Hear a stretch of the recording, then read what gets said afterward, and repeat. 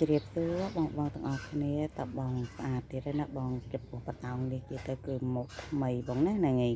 បងអានេះខ្ញុំទៅតែតម្លើងឲ្យផ្លាក់ទិញគឺទឹក7បងណាទម្ងន់របស់គេនិយាយទៅគឺ 4G ជាងណាបងហ្នឹងហើយបងបតោងនេះនិយាយទៅគឺទំហំ5លេខសម្រាប់បងដែលចូលចិត្តលក្ខណៈពាក់បែបធំហ្នឹងហើយនិយាយទៅគីឡូធំអីក៏ពាក់ត្រូវដែរណាបងណាពួកអីវាទំហំវាឡើង5លេខបងហ្នឹងហើយស្អាតខ្លាំងបងសម្រាប់មកបតោងនេះគឺបិចកម្មញ៉ៃភ្លើងស្អាតមែនតែនបងនិយាយទៅគ្រប់បងទាំងអស់សុទ្ធប្រឡត់ស្អាតអត់មានបែកអត់មានស្នាមទេណាបងហ្នឹងហើយអញ្ចឹងសម្រាប់